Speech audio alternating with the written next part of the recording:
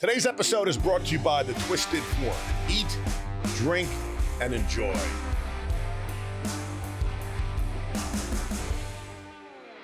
Todd Adams. Hello. Welcome to the show. Thanks for having me on the show. Thank you for coming in.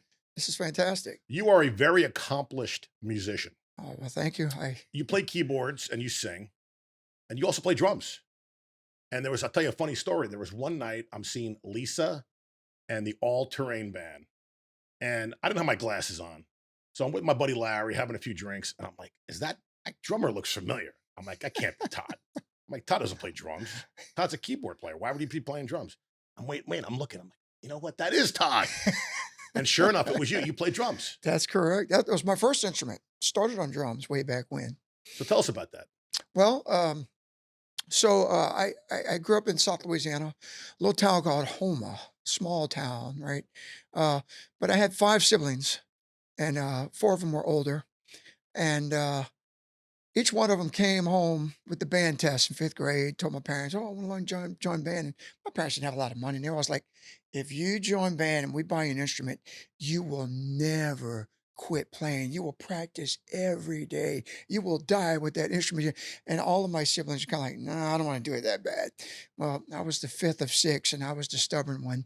And I was kind of like, "Okay, yeah, I want to do it." And they were like, "Oh boy." So I signed up to play drums in 5th grade, and that's where it all started. So this town that you grew up in, how far was it from a major city? Oh, it was about 45-minute drive from New Orleans, Oh, good. just a little southwest of New So I'm Orleans. sure as you got older, you had a chance to go in and explore the city and do Oh, fun stuff. absolutely. Yeah, You know, that was common stomping grounds, right? Yeah. So you're playing drums at a very young age. What were you listening to? What kind of music were you listening to? Was it rock? You Was know, it Zeppelin, Cream? Was it the heavy stuff? oh yeah, well, a little bit of everything. I mean, I did like Zeppelin a lot, growing up, especially as a drummer. Um, but you know what? I want to say if I had to think what was like my first album, I would have to say it was Casey and the Sunshine Band. You know what? He was all over the radio. So I don't blame you. I mean, he was very popular. I mean, I was a big Beatles, Beach Boy guy because it was easy listening when I was a kid. But KC was great. That's the greatest hits album. Yeah, yeah. I remember sitting in class and I drew remember they had that big Casey and the Sure. Sunshine Band logo. I drew that on my notebooks. That was my thing.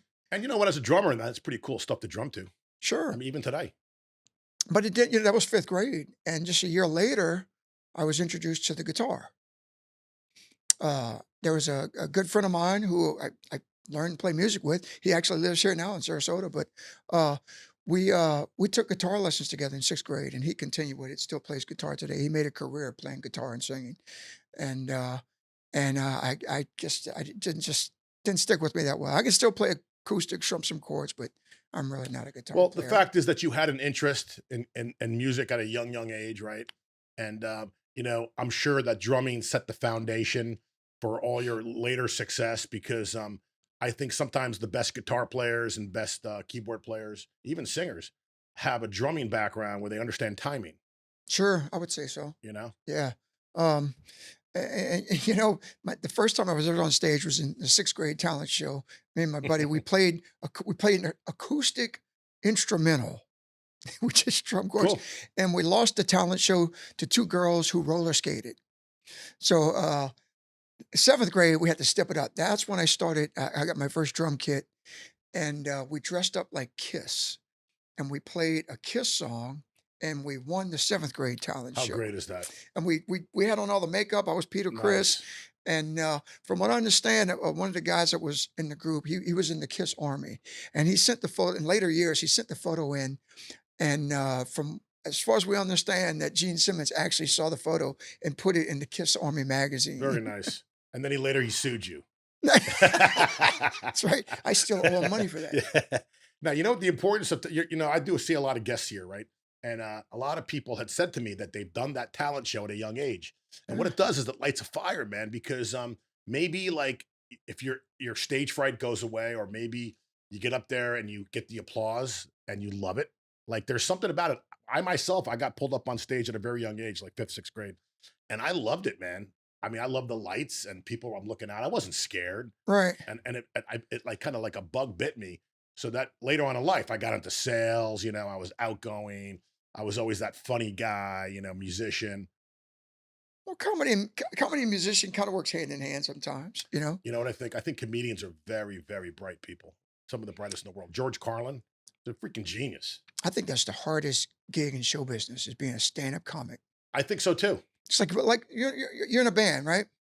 And maybe you're not your best, or maybe the material you're doing is just not working, but you can always hide behind that. When you're a stand-up, it's just you and your arm with your words, Your wit. and if it's not working, you've got nowhere else to go. You Yeah. can't just stop Well, start look, singing a song. here's the deal. I mean, I'm sure a lot of the guys that we know and love were probably bombed out when they were younger.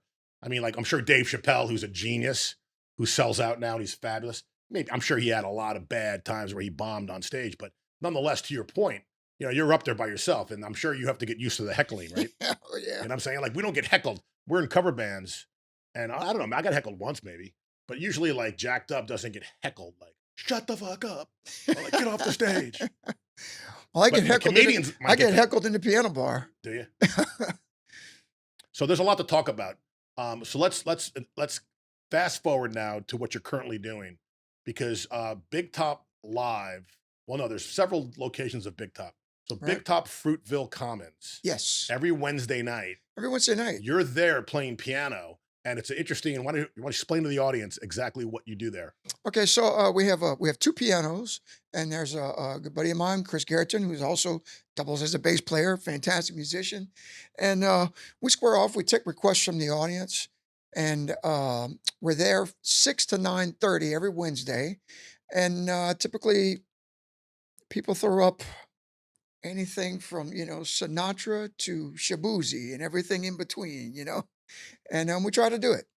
Now, you have to have a huge repertoire to be able to pull this off. Yes. You also have to have a pretty good damn internet connection as well, in case you got to quickly look something up, right? Right. Correct. So I've been there twice now, and you guys will play anything. I mean, I've seen you guys play anything, and if you don't know it, you figure it out. Between the two of you, he's also a very bright guy like you, and it's really fun. I recommend to anyone listening to this, if they haven't gone, Wednesday nights, Yeah. Big Top in Sarasota. It's on Fruitville Commons. It's the new location. That's And it's interesting because they have the two pianos up there. And I said to myself, how did they get those pianos up there? I Like wasn't there when like a they lift? put them up. Yeah, they had some kind of forklift to get them up there. Because you're But like on this like little ledge high right, above. yep, we sit high above the room. We can see everybody in the room. I don't know if they can see us, but So you're both playing piano, both singing, and you're switching off, taking turns.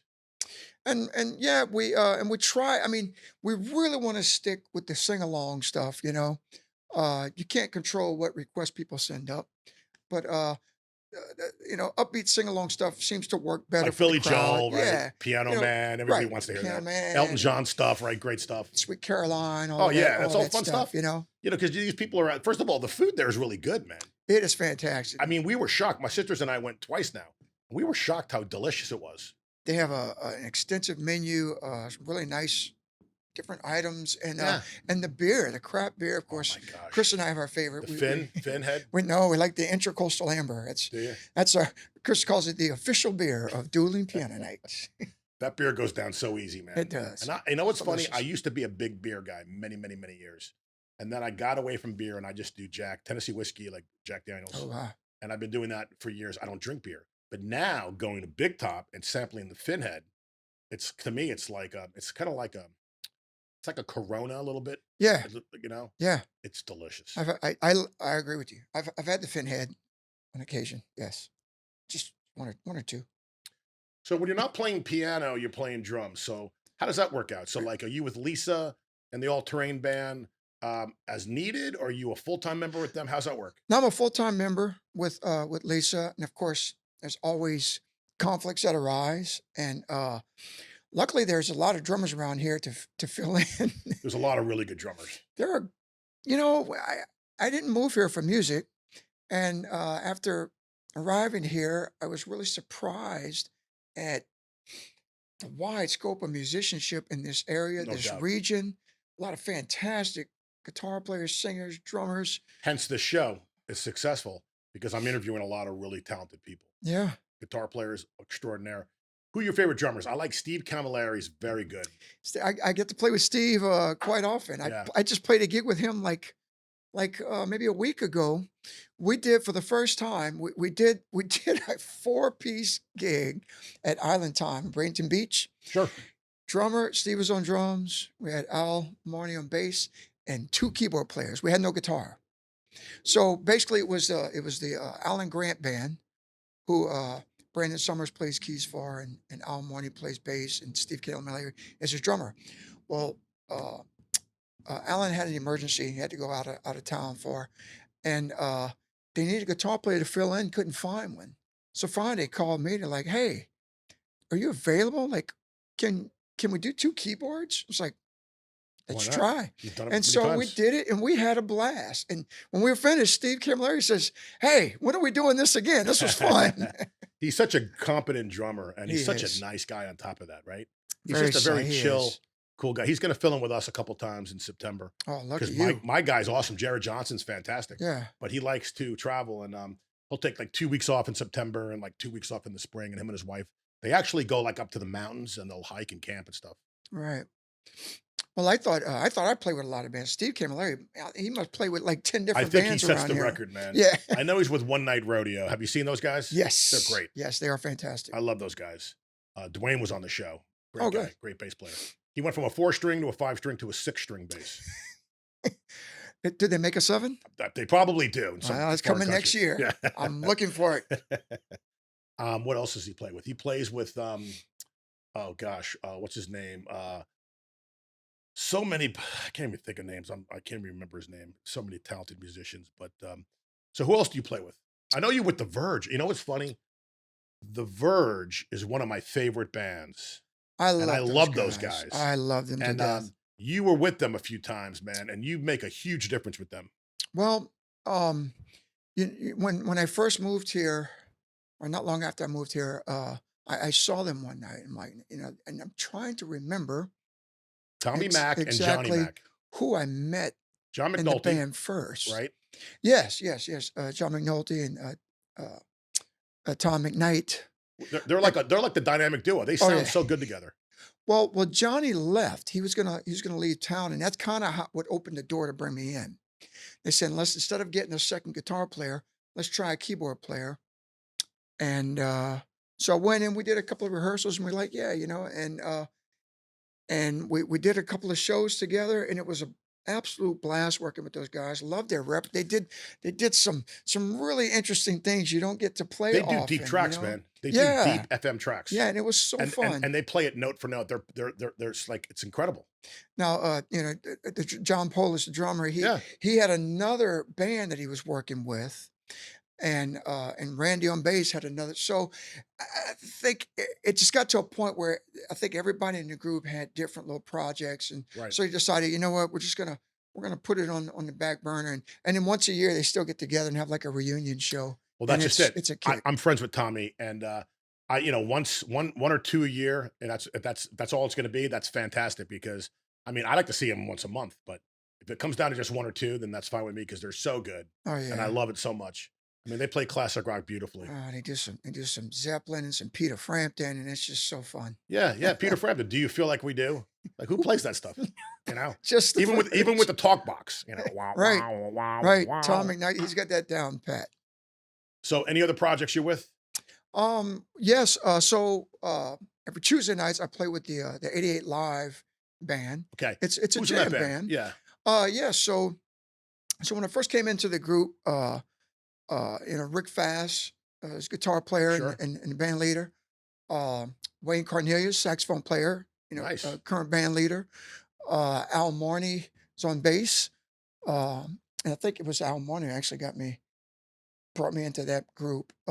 Trevor Scott is a drummer, very Yeah, I know talented. him. You know Trev? He jammed with us once. I think he came up playing in the churches, and Sure, he has a style that you just can't teach. you're right. We're just talking about great His drummers in his the feel. area. It's his feel, man. He's another one.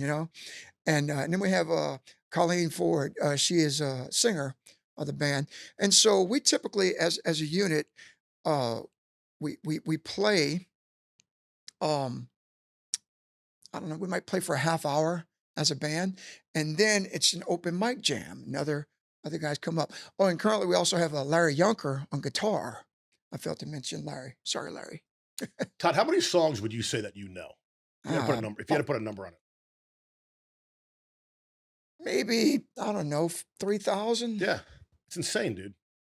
Now a lot of them are like there's a lot of similar stuff, and but a lot of there's a lot of stuff too that you probably have to like really go deep in the brain and be like, oh my god, these songs are all in flats, or I got to learn. Yeah.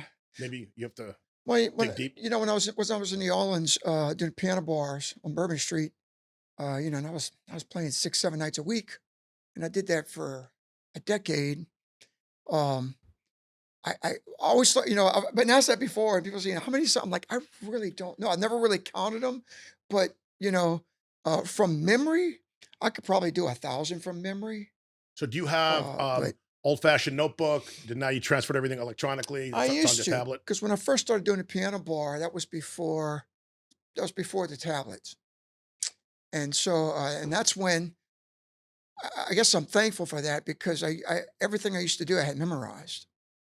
I didn't play it if I didn't have it memorized, and uh, I think I got to about wait, I'm talking about, like, 1999, and I probably had 1,000 songs. I remember having a song list, and I probably had about 1,000 So did you have songs a I could do from binder memory. and then you have to flip through it? Is that what it Then was? then right, and that's about the time I got my computer, and then I started making charts on my computer, and I made this hard copy binder, and I had, like, several of them on this shelf, and if I had to go to them, I could pull And then songs, did you and alphabetize it? I added to and I probably had 3,000 songs in my binders, and then, I don't know, I wanna say maybe 10 years, then the digital world just kinda took over. I'm like, I'm gonna get rid of all of this, and I'm gonna put them in a tablet, and I probably had 5,000 charts in my first tablet, and in one night in New Orleans, in a hotel room, unfortunately, woke up the next morning and my tablet was gone,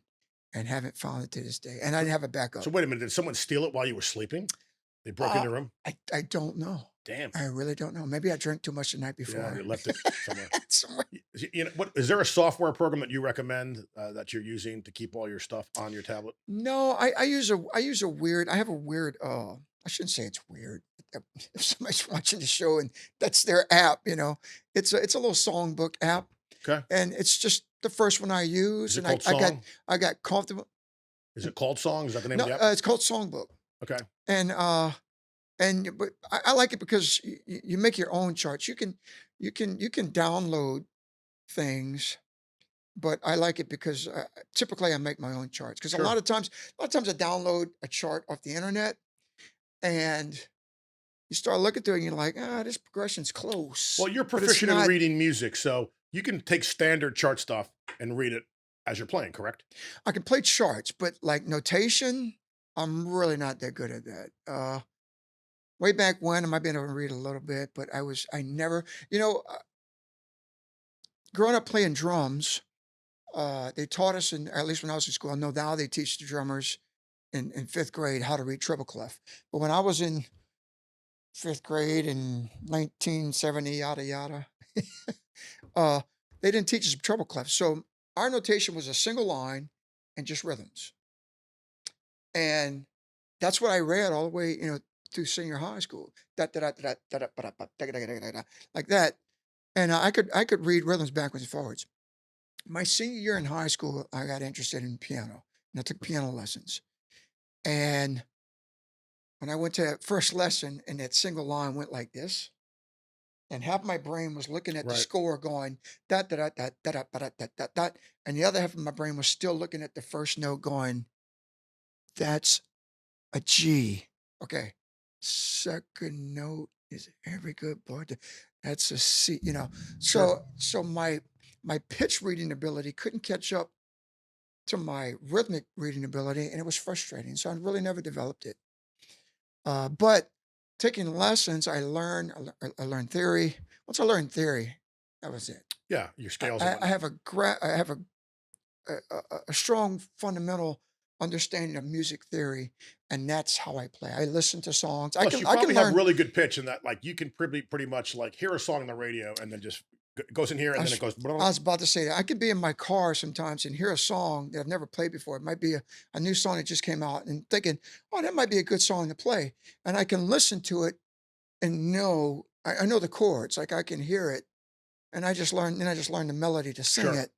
But yeah, I can learn songs away from the piano uh, from using my theory knowledge. But sure. Now, a majority of the rock and roll songs that we all know and love, and probably the ones that are requested of you, in all your different projects, there's a basic structure to rock and roll, right? There's a lot of a lot of rock and roll songs are basically similar, right? sure, So that's what you got going for you. Is a lot of that, that C, B flat, F, a lot of those types of songs, right? Or like EDA, right? right, It's like that 1 4 5 stuff. yeah, So does that make your life a little easier, right? oh sure. Especially like I said, when so much of music's repetitive, right? So a lot of times you hear chord progression, you're like, oh yeah, I've heard that before, and you just you know what it is. It's especially using the number system, right? It's a 1 6 4 5 Yeah, there's math progression. involved. You know what I'm saying? Right, sure, Am I right? absolutely. So are you constantly still listening and learning new stuff? Or are you in a situation where you just, as we get older, you're just trying to remember what you've already learned? Yeah, Because that's where I'm at. right. I think I've forgotten more songs than I currently know. There's been many times where something will come up, like someone will send up a request, and I'll see it. It's like, oh, it's like I used to play this, and I don't remember how it goes. So I'll just I'll pull out, iTunes and give it a quick listen. Oh yeah, okay, and then So play do it. you think of yourself as Todd the musician, Todd the drummer, Todd the keyboard player? If somebody came up to you and said, "What do you do?" Would you say I'm just a musician, or would you say I'm a drummer or I'm a keyboard player? I think the ultimate compliment is somebody would call me a musician, would refer to me as a musician, as opposed to just say, "Oh, you're a drummer, or you're a piano Yeah. player." They just say, "You're a Because we musician." have a tendency to put people's in boxes and put labels on stuff. Like I'm a bass player, you know. But because you're a very multi-talented guy, is there anything that you prefer? Like, do you prefer to be on the keyboard when you're playing live, or do you prefer to be behind the drum kit? I think it depends on the repertoire. Um, there's certain things I use the common staple in the piano bar, uh, Piano Man. You know, I like playing Piano Man on piano, but if you put me on a drum set and somebody said, "We're gonna play Piano Man," I would kinda go, It's boring to you. and Yeah. and you know what, and that's not a knock on, you know, o on the piano the drum track to Piano Man, because it's actually a really great it's a very aggressive drum track if you listen to it. Do you find yourself sometimes when you're behind the drum kit, maybe you have to kind of like change a little bit because you're so used to a song on the piano. Now you're like, okay, now I'm going to play the song on the drums. Now I have to adapt and play it Yeah, differently. So your brain has to work like maybe two different ways, right? absolutely. Well, I think I do approach songs differently based on whether I'm playing drums or I'm playing keyboards. And what I mean by that, like when I'm on piano, maybe the tempo of a song, I want it a certain spot. Right. So then you turn back to your drum and yell at him because you know he's playing it wrong. But yet, Yeah, but I'm yet, kidding. whenever I'm drumming, the first person I listen to is the singer, whoever's singing, because if I feel like they're struggling with the lines, like sometimes if something's too slow and you're singing and it sounds like you're kind of dragging, or just the opposite, you can't get the words in fast enough. So I tend to set my tempos based on who's singing, because not everybody sings the same. And if you're listening, you can kind of see where it's comfortable for them and how they pronounce the words and the phrases. And that's kind of where I tend to keep my grooves when I'm drumming, is who's singing and how it feels to them Right. singing. Especially like if it's a slow blues song or perhaps it's more of an upbeat pop song, right? There's going to be two different tempos there. Yes. And if you ever and you saw me playing at Madison's on Madison's, drums at yeah. night. If you ever saw me singing along to the song, I mean, I don't have a mic in front of me, but whenever I'm drumming, you'll see me singing a lot, and that's how I feel it. That's how I know. Don't If you? I can sing it and I'm not fighting the tempo, then I know my And tempo let's should be face it, good. for the viewers listening here, Playing drums and singing is very difficult. I mean, maybe not for you, No. but for most people it is. I mean, like I know playing bass and singing is not easy. There's certain songs that are easy, but sometimes it's not. You know, it's a challenge. Well, see, I would think playing bass and singing is more of a challenge than It drums. It's depends. It like comes down to the song. right, You because know. some of those bass lines, I'm thinking of Stevie Wonder, how it blows my Oh yeah, mind. Some of the rhythms he plays there's and no then some doubt. of the things he sings against it So are so just you know what I have ridiculous. to It's do? like I have to dummy down songs because if I have to sing something, I have to dummy it down. I can't play. I can't be sliding all over the place right, and you're doing fills. right. Whereas if I'm not singing, then I can do that stuff. So I don't sing as much in my band. I just sing a couple lead songs and some backups. But I guess the reason why I brought it up is I have an appreciation for drummers that can sing well because I know it's not easy. Like for an example, we had a guy named Todd Long, and I never forget this. We do a lot of those seafood festivals. Yeah, So you're up on stage, your adrenaline's pumping. There's could be 1,000 people in the audience, and you're singing, and the monitors. And all of a sudden, like I would hear this tremendous vocal that I never heard before that's in harmony. And I'm like playing. I'm like, holy shit! I'm like, this guy's nailing it, and it's like a treat for my ear. You know, I'm like, I can't believe I'm hearing this because maybe we didn't practice together, and all of a sudden he's nailing he's coming in like where he needs to be, like helping me out on like say Rebel Yell or right. some song that I do. I love it. I'm like Todd, way to go, man. His name's Todd also. Love singing drummers.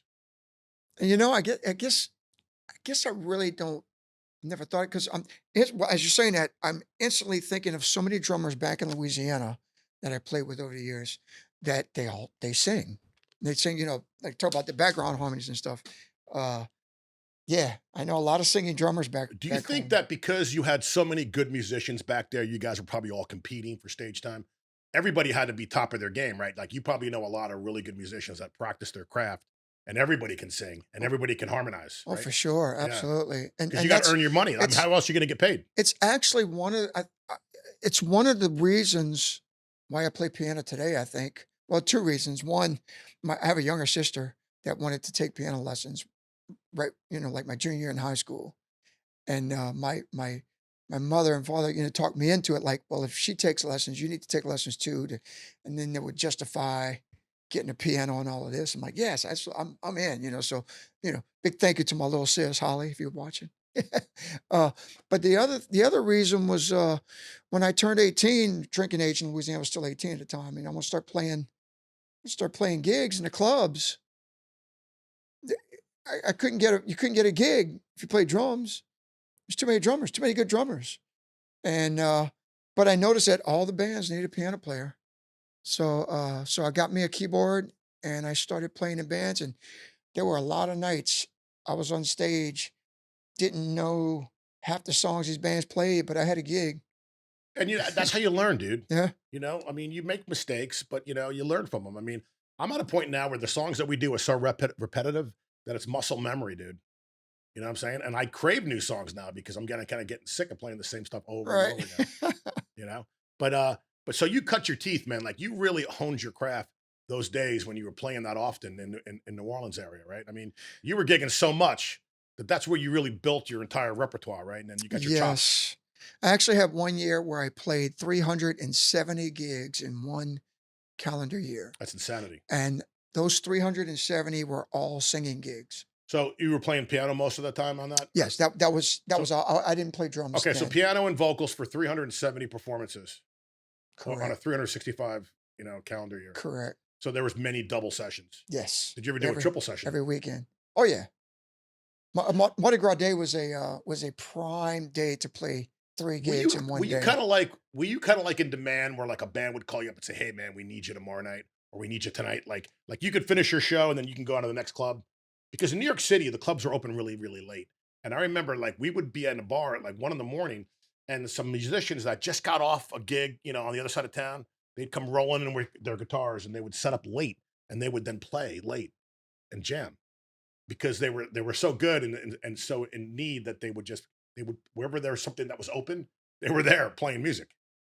Well, I was just talking about the 370 gigs in the piano bar compared to the band gigs. I actually went. So when I came up and I started playing gigs and in clubs in the mid 1980s. Now, when you say gigs, are you saying solo gigs, or are you referring to No, a I was playing band? with bands, Gotcha. and that's so, mid 80s all the way through the mid 90s, I was playing doing nothing but band work. I was playing keyboards with bands, no drums. I wasn't really drumming that whole time. Uh, I drummed up until about 1985, just growing up to that point. And once I switched to piano in 1985, then I did nothing but play piano. A lot of country bands back then, late 80s, early 90s. And then I scored a gig playing piano for a recording artist. He's a Grammy Award winner named Wayne Toops, Lafayette, Louisiana. And if you never heard his music, it's fun. It's phenomenal. I got to do an album with Wayne. I toured all over the world with Wayne in 2 years. I was with him. And after that, well, I got married and moved to Pennsylvania, and I stopped playing like altogether. I was living in Pennsylvania, and I got married and taught school for a couple of years. And then when I came back to music in '99, so I took it's about a 4 year hiatus. When I came back in '99, that's when I started doing piano bar work. That was the first time. And from there, from 1999 until 2020, all I did was solo and dueling pianos for 21 That's a years. long time. Yes, and but I didn't do any band work through that. I'm sure that it paid well too, being solo. Oh, absolutely. Yeah. Not like And it was night and day and from there's what it. some nights you would make more in tips than you would make in salary, right? Absolutely. Because That's you get correct. some heavy hitters come in there, drop $100, and That's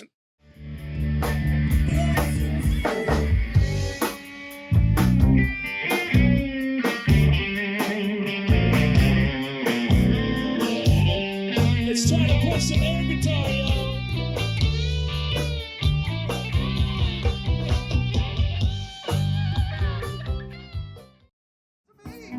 You thought to do all this? Just imagine I've got to feel the way how you kiss. Girl, do I do what you do? What I do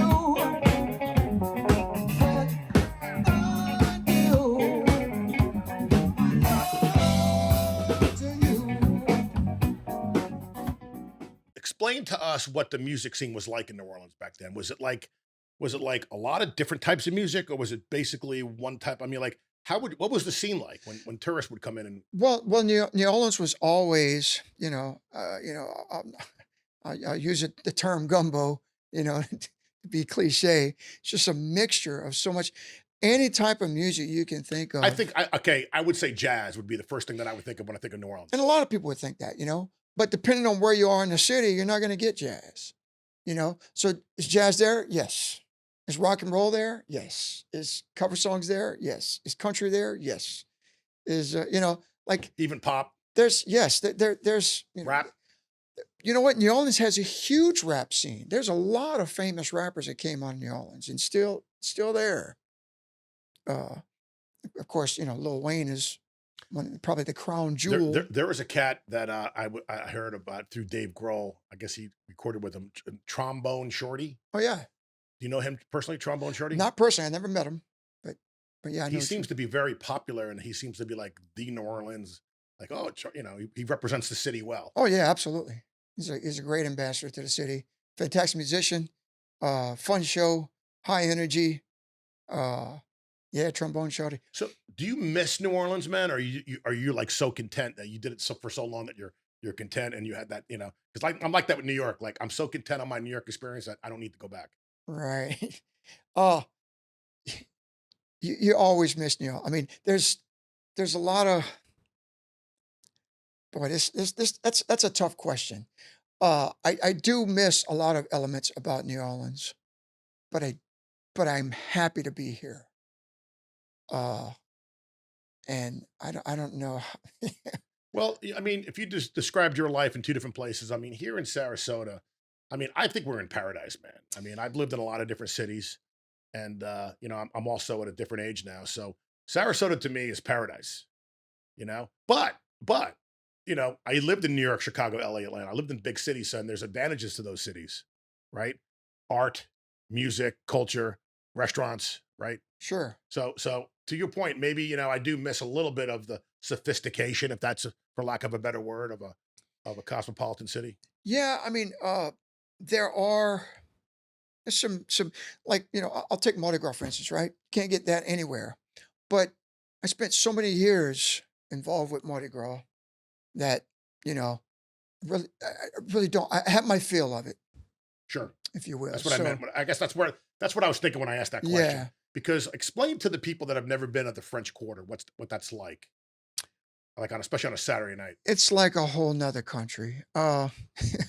It's it's it's a high. It's a party vibe. It's drinking till you can't drink no Is more. it Is built for tourism? Like, is everybody there a tourist more or less, or is it like locals? Well, Yeah, no, there's mostly tourists. I would say mostly tourists, and there's bars on top of bars, restaurants on top of restaurants, and uh, music and music, food. can you drink with an open container? Can you walk around with drinks? Oh, sure. Okay. And my wife and I get in trouble sometimes. We forget. We So you- start leaving the place. "Hey, you got a Go cup?" I'm like, Yeah. "What's a Go cup?" It's like, "Hey, you like a plastic cup and put my drink Yeah. in." And we're going to the next place down the street. It's like you can't do that. It's like How would you compare it to Nashville?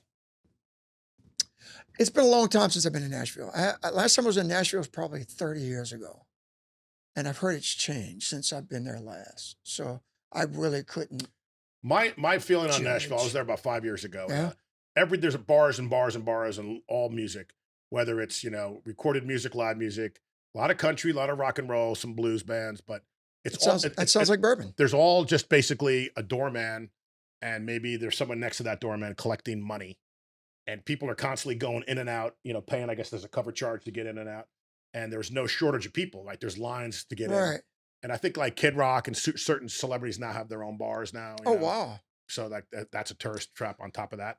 Well, But that sounds like Bourbon Street with two exceptions. One, there's no heavy stars having, their own clubs there. And two, you don't have to pay to get in. It's usually, you know, in and out. People sure, bar hop up and down because they Bourbon want your Street. liquor money. Yeah. You know. Yeah, pretty But much.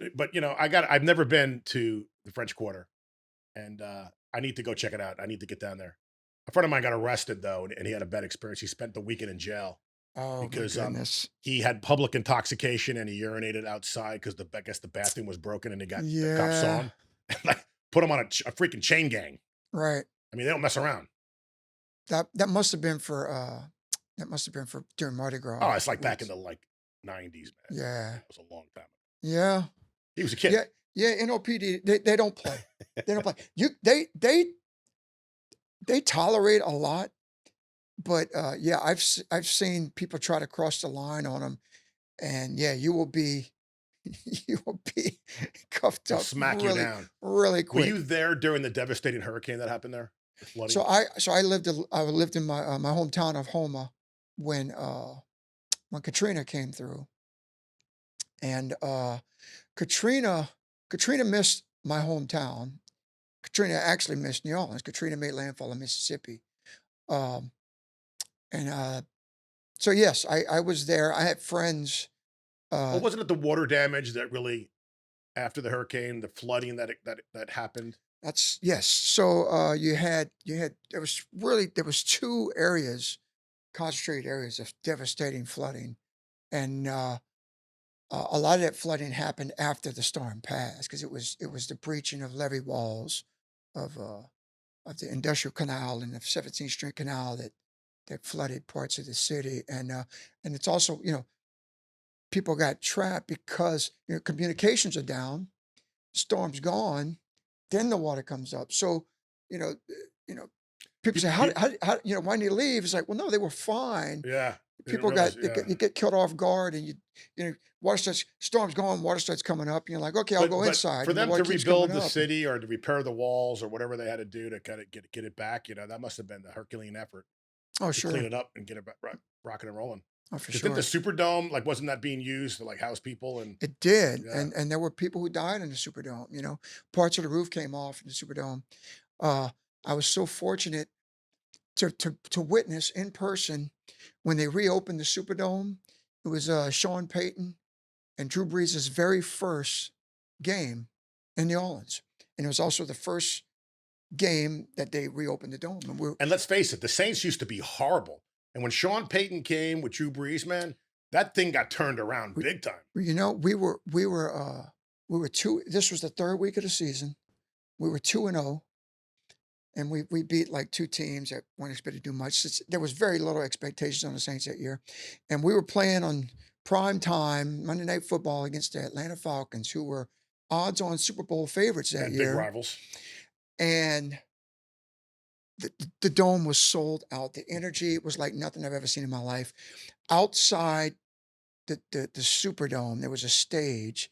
The Goo Goo Dolls were playing as you walked in, free concert. Come inside, pregame, Green Day comes out with Bono, Wow. and they sang when So this is just a They sang- regular they s- regular season game. I mean, a Yes, Monday night game, nonetheless, yes. but regular and season. they sang, the Falcons are lined up on the sideline, Saints come out, they're lined up, and they're U2 and Bono singing, "The Saints are coming.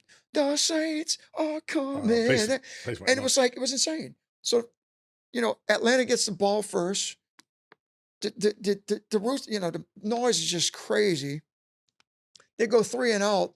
Guy comes in to punt the ball, and that was the play, the infamous play that Gleason blocks the punt, and we recover for a touchdown.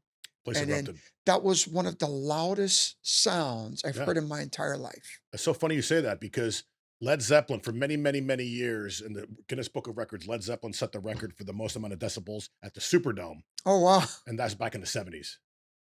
Really? Yeah, and then it got broken, obviously, but Oh, okay.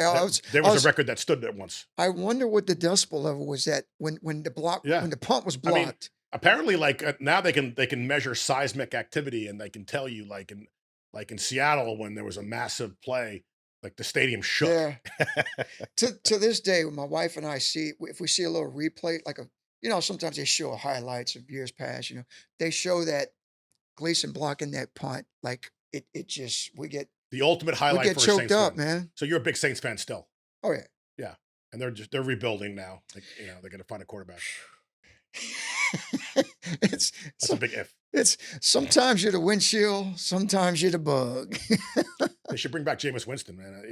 He'll give you Oh, 40 God. touchdowns, but he'll give you 40 interceptions Yeah, too. he will. And he'll lead the league in pick sixes. He will.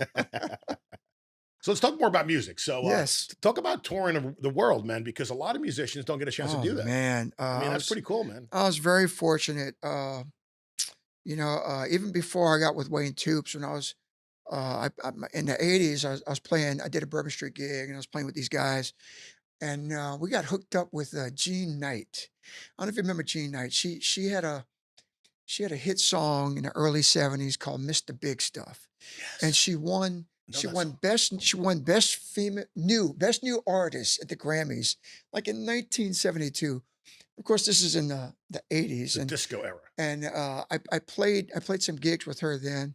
But we stayed local in New Orleans in Mississippi, and then wasn't long after that I got hooked up with Wayne Toops and played at festivals and all over the world. Been to New Zealand with Wayne, been to Europe with Wayne, and we opened for so many different artists. We did Willie Nelson's Farm Aid in the Superdome. Got to meet Willie, super cool guy, and playing with Wayne. I got to do the very first Delbert McClinton Blues Cruise in 1995, and that was very special. And to this day, I still get, and it's coming up in January. I'll be doing the Delbert McClinton Blues Cruise again still with Wayne. Very cool. Wayne has another piano player that plays with him currently back in Louisiana, and from what I understand, he has vertigo and he won't get on a cruise ship.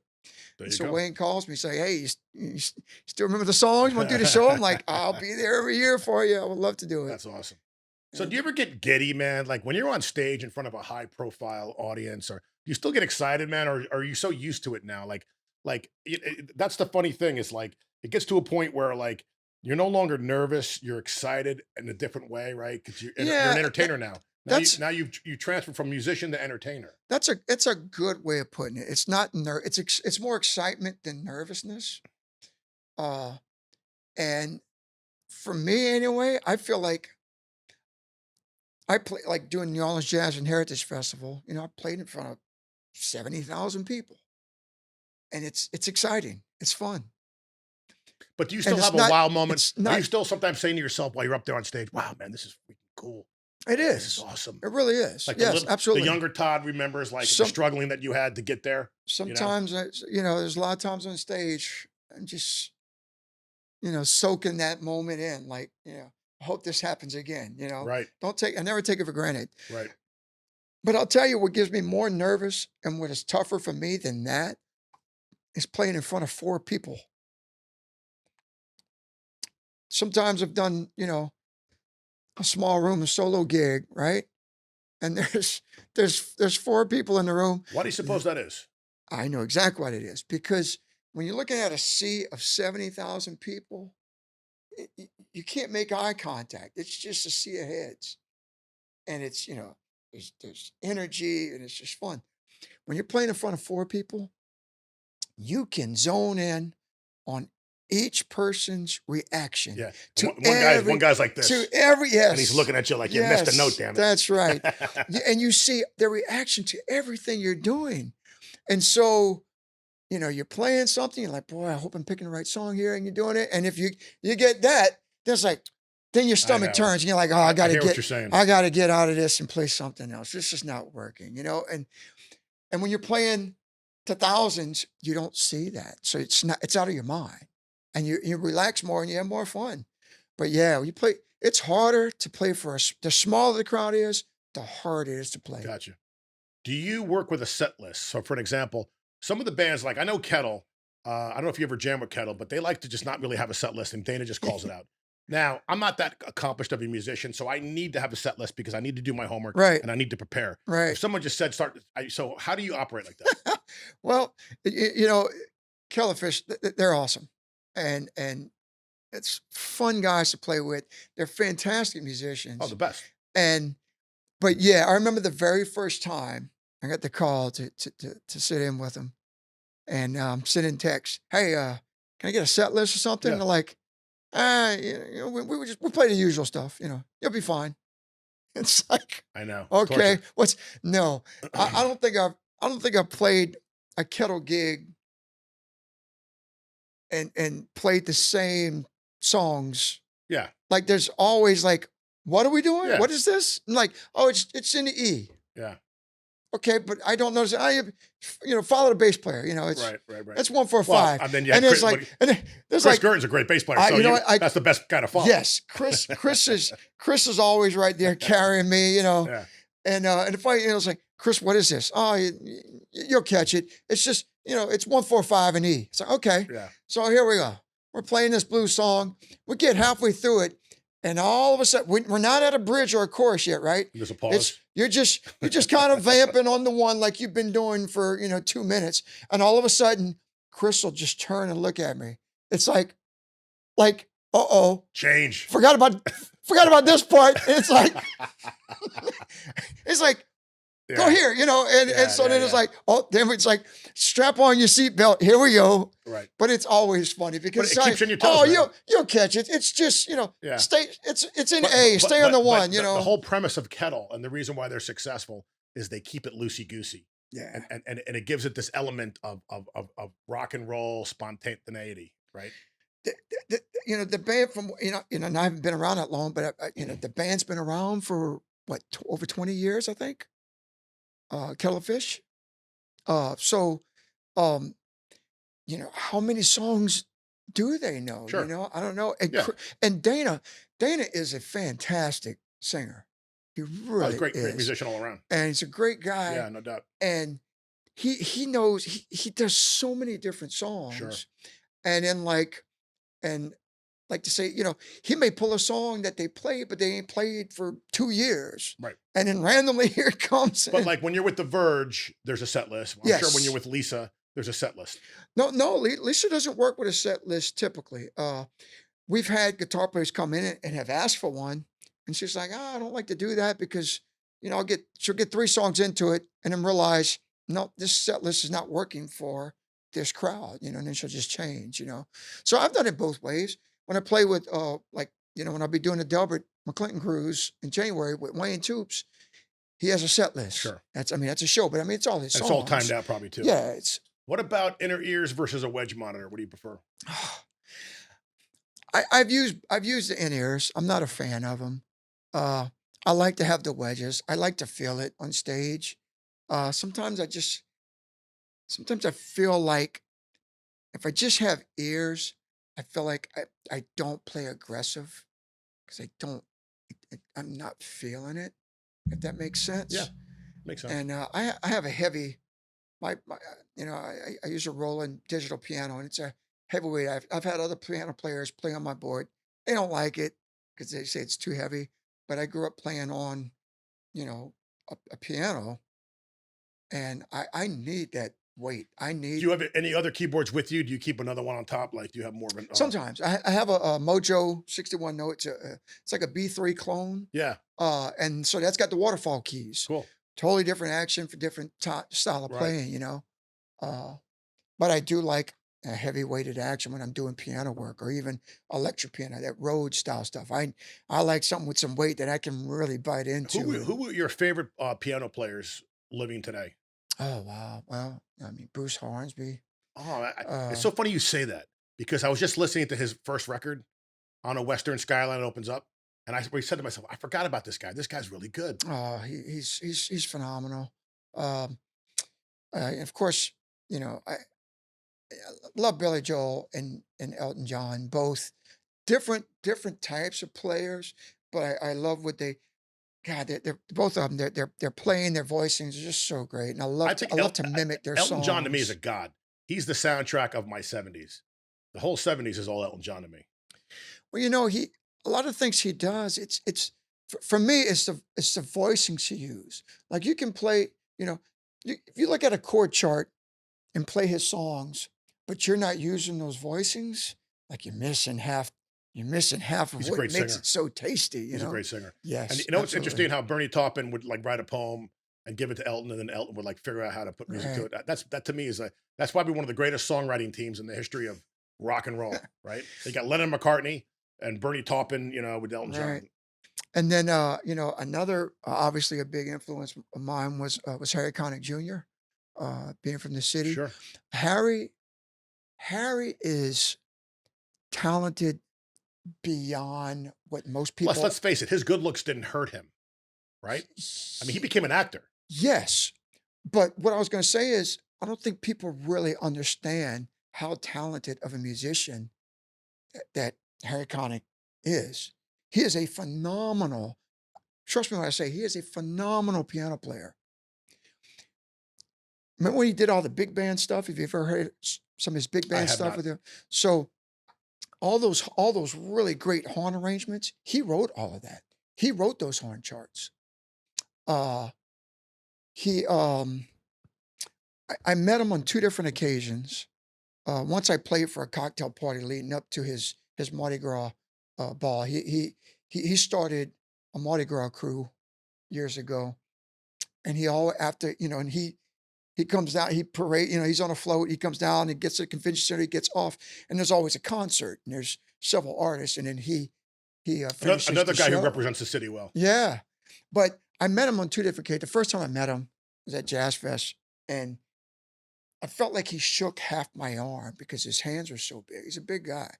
He's like 6'2", big hands. You think does big hands help you playing as a piano player? Absolutely, because he does voicings, especially when he's doing that piano stride, and I can't do it because he's playing tenths and elevenths, and I can't reach that far. So And having bigger fingers and yeah, bigger stretch, he can. he can do these voicings that I physically can't do it. But he's a fantastic player. So he Really great. arranges and composes as well. Yes. Let's switch to the drums now. What kind of drum kit do you currently have? What are you playing? Oh, I got a little Gretsch Catalina Club. Uh, I picked some minds of some local players when I decided to get me a kit again. And of course, Pat McDonald he was Legend. he was a Gretsch guy, and he was sponsored by them. And I'm going to try to get him on the show. oh, you should. Yeah, Pat's got. I never met Pat, but I hear great things about him. He's a rock star, And I've seen him and play. he's got some rock star Oh, I stories. hear, yeah. I'm not going to share them with you, but he can. uh, but what a blessing for me to be able to play with somebody like that. And Pat and Chris together, they had that battery for Killer Fish, and Oh it yeah. was so good to play with. Who are some of your favorite drummers? Wow. So when before I started playing piano, I was like this with drums, and I wanted to be Neil Peart so bad. And that just wasn't going to happen. I didn't have those kind of chops. But Neil Peart was one of my favorites. Um, Stuart Copeland of the Police was another one of Yeah, my he was a favorites. beast. Loved him. And then when I got to college, I got really interested into the jazz thing. I was listening to David Sanborn and whatnot. But I came at my college years. I was turned on to Billy Cobham, and wow, like that's just a whole nother animal and style of playing. But What about Stevie Gadd? Steely oh, Dan, oh, right? yes, of course, yes, Steve Gadd, Yeah. Chet Porcaro. Uh, So because you like rock and jazz and blues, I mean, you must be a huge Allman Brother fan, oh yeah, you know? and you know what? Not only that, but the artist I was telling you about that I play with, Wayne Toops, he's he's an accordion player, but his influence was the Allman Brothers. And when you hear his Zydeco music and the riffs he plays, like he developed a lot of his style from the Allman That's very Brothers. cool. I'm gonna have to Yes, listen to him when I get yes, out of here. huge Allman Brothers fan. What do you think about the Grateful Dead? Um, I was really, believe it or not, I mean, I knew who they were, and I was never really exposed to their music. I'm going to put it like that. Until I moved to Sarasota. It was 5 years ago. Not until I started filling in with Kettle and some other bands around here did I start really understanding and appreciating Right. what the That's kind Grateful of Dead was cool all because about. you can like learn some new stuff, right? Even at It our is ages. fresh to me. It is And really I fresh grew to up in me. a place where either you loved the Dead or you hated the Dead, right? It was like cut and dry. Like even when I was little, like Kiss, either you loved them or hated them. Right. It was like there was that anti-Kiss group, and there were the Kiss Army guys. It Yeah. was funny. Everybody was very opinionated where I was from. It was like nobody was in the middle. Right. It's like either yes or no. Well, in Southeast Louisiana, the Dead wasn't a thing. Okay. And so I really didn't have a strong opinion. Like you're Exposure. saying, you either loved them or hated. Exposure. I really didn't have I didn't have that exposure. So when I got here, really the first time I started learning their songs and jamming on them and like, okay, yeah, it's kind of cool. Let's get some good So grooves, man. so it's new to me. So Yeah, I really it's I exciting. like it. And yet So- I've played with musicians here kind of like, not this again, Yeah. So I mean, as kids, we had AM radio and FM radio, and we had a plethora of different types of music, but mostly rock in my house. right. And then the cool thing is many, many years later, when the satellite radios came out, you can pick, a Dead station. You could pick a 70s station. You could pick a funk station, right? So you can now get more specific and laser in on a certain style or genre of music, Right. But Well, down here, man, almonds are very popular. I mean, every time I go to Stottlemyre's, no matter who's playing, I hear almonds, right? And I love it. I love the almonds. I go to Big Top Live. I just love that stuff. There's such a strong Almond Brother and Betts presence here. right. Yeah. I do. I love doing this one Allman Brothers song, Southbound. If you hear the recording, there's just this super piano solo in that recording, and it's fun. Yes, that's the That's one. Chuck Leavell, right? Chuck Leavell. Oh, we forgot it. We didn't mention him. That guy's amazing, And dude. I 'Cause he's with the love Stones too. He does he was with the Almonds for years, but then Mick Jagger said, without Chuck Leavell, I wouldn't know half the songs because he forgot his Wow. catalog. And Chuck knows the entire Stones catalog. So Chuck will yell out, what's going on. right. Wow, that's cool. Yeah, I love play. That's a fun song to play. Brothers and Sisters, Allman Brothers, is one of my favorite records of all time. And the piano playing on that album is fan-freaking-tastic. I'm gonna have to pull that up. And then obviously One Way Out's off of the Eat a Peach, right? Oh yeah. But I think Eat a Peach came and then Brothers and Sisters. The order. Dana does a nice version of not wasting time anymore. Ding, ding, ding, ding, ding, Starts out with that Last Sunday piano riff. morning, felt like. Also, there's another song, since I'm thinking about it, that Los Lobos does a version of Bertha from the Grateful Dead. Bertha's a great song. It's got this kind of like funky sound to it. You know what I'm talking about? Bertha, don't you come around here anymore. Don't, No, I'm not familiar with that one. Oh, you got to listen to Bertha. You're going to love that. Well, hey, in our final minutes here, Yep. so do you still love the Cajun cooking, the Cajun food? Oh, absolutely. So where do you go around Sarasota, Bradenton to kind of recapture some of that? I'm looking. If you find out and you hear somebody that's got something, let me know. So it must be tough for you then, you know, because like that's very authentic cooking. I mean, it's very unique to that region. Right.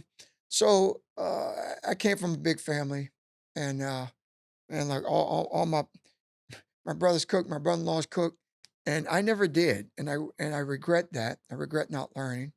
Uh, and my family puts on a fantastic seafood ball. It's like Like crawfish and all the old stuff. yes, it's second to none. That's It's awesome. like I've had you can get in the restaurants, whatever, but nothing is like it is Yeah. at home. Because large quantities and And everybody's happy, right? right, and you know, my wife's from the Northeast, so you know, when I met her, I told one day I said, you know what? I'm like, she's like, you need to cook the crawfish for everybody when we go back to Pennsylvania. And I'm like, I need to learn how. I never learned how. I was always playing music. I never got into cooking. So one day we go to the family crawfish ball. I'm like, telling my brothers, my brother-in-laws, I'm like, all right, y'all, get up nice and early. I'm with them. I'm like, today y'all going to show me how to do the crawfish ball. I need to learn. It's time I learn how to do this. Here's my brother-in-law, cigar in his mouth. Todd, we're not going to show you how to make the crawfish. I'm like, well, why It's not? like too late for you. Yeah, why not? Why wouldn't you show me? He says, well, here's the thing. We'll spend all this time teaching you how to make the crawfish. And then when it comes time for the seafood ball, we're still not going to let you make it. So what's the point? So I still don't know how. Jeez. Well, I mean, doesn't it just basically getting the crawfish? You have to throw them in a pot like you would lobster. And then you Yeah. got to season the crap out of them, like with the Old Bay and all that Oh, stuff. they put all kind of stuff in there. Yeah. And it's not measured. You just, Yeah, it's all like feel. Well, hey, everybody on the show gets a gift. So I'm going to give you a jacked up shirt. all right. And it's in your size. And the reason why it's a bright yellow is because we don't want you to get hit when you're riding your bicycle or your motorcycle. I'm- So we want to make sure that the cars it can see you clearly. That's right. On your comments, that's for you. I, So well, thank you so much. How could we let our viewers know how to reach you, how to contact you, how to see where you're performing? Like, how do you? Let's talk about your social. Well, I need help with that because I do have a Facebook page, Todd Adams, on Facebook. You can find me. I used to have a website, but I took it down about a year or so ago because it was all designed on what I was doing in Louisiana, and that was all pre-pandemic, and so much has changed. I just want to redo it, kind of start from scratch. I got a guy that can do it for you. So Oh, yeah? when you're ready, let me know. Okay. He does my stuff, and he's fantastic. Well, we're gonna have to And he's get together Yeah, and he's do a friend that. of mine, so I can hook you guys up. But right now, I every Tuesday night I'm at 88 Live. Okay. 7 to 10 with the jam band. So that's Cortez Road in Bradenton. That's right. Okay, so that's past Clancy's. If you're on Cortez going west towards Right. the water, And every Wednesday I'm at Big Top the new one. in Fruitville Commons, 6 to 9:30 with my partner Chris Garreton doing a dueling piano show. Which is excellent. During the season, every Thursday I'm also at 88 Live with the Billy Rice Band playing piano with Billy Billy Rice. was on the show. I love Billy Rice. Oh, he's fantastic. Billy's cool, man. Singer songwriter. The band Yeah. is so good. Yeah, Billy's cool. But he takes a hiatus for the summer. But we'll be back. We'll be doing 88 Live again on Thursdays, I believe, starting up in Yeah, October. he's a class act, Billy. And local festivals. And I think he's looking for some Stoudemire dates. And so look for the Billy Rice Band. And then Fridays and Saturdays, once a month, I play drums with Lisa at Island Time, Bradenton Beach. We also do Madison's on occasion. Madison's will probably start up with Madison's in January. And we have some dates with Lisa. Look for us at Captain Kirk's. Look for us at 88 Live. Look for us at Woody's. I think she just booked some dates. You know what's funny? At I've been Woody's. in touch with Lisa. Her and I are now friends, and she's going to be on the show soon. Oh, good. So we've been trying to get her, a date and time for this to come on, sit in the chair. But that's great. So I highly recommend to people who have not heard you play to come see you, especially your keyboards, because I just think that you're one of the best keyboard players out there, man. Well, thank you. Really. And to your point, I mean, there's not a lot of really keyboard players to begin And with. So speaking of the this, fact that you're so good, it's speaking of the piano, one more. I'll go ahead and let out the bag now. I spoke with Scott and Sherry at the owners of 88 Live, and in August, it's the last weekend in August, and there's a weekend in, I think, the third weekend in September. I'm going to be doing dueling pianos at 88 Live on a Friday and Saturday night, that's gonna be big. and it's going to be my first time Who's gonna be with you? doing it there. I believe my partner's going to be Jordan, and it's going to be a lot of fun because I'll be able to bring a lot of my show that I used to do on Bourbon Street Very to cool. 88 Live, and it'll be my first one coming up in August. Great. So everybody needs to go to 88 Live on that first one in August. Yes, And they can see that on your Facebook page, Todd Adams. that's right. There's a lot of Todd Adams though, because when I put you in Facebook, There it is. I had her type in Todd Adams. I think I typed in like piano or musician, and then you came up because that's a common name. You know, it's really crazy. I was going to try to grab Todd Adams' music, and there's a guy in New Orleans, of all places. He's a musician. His name is Todd Maybe Adams. we'll go. Do you live from in New Sarasota or Orleans. Bradenton? I live in Bradenton. Maybe we can should go Todd Adams Bradenton just for now, just to secure it, Yeah, maybe so. or we can Something figure like something out. that. Dueling Tom. We can go Todd Todd. Dueling Piano Piano. Adams.com. All right, Todd. Well, I listen, need, man. I need you as my marketing manager. Thanks for coming in, man. Thank you so much. We appreciate it. It's a great conversation, and I look forward to personally hearing you perform. And we'll see you soon. Thank you so All much. right.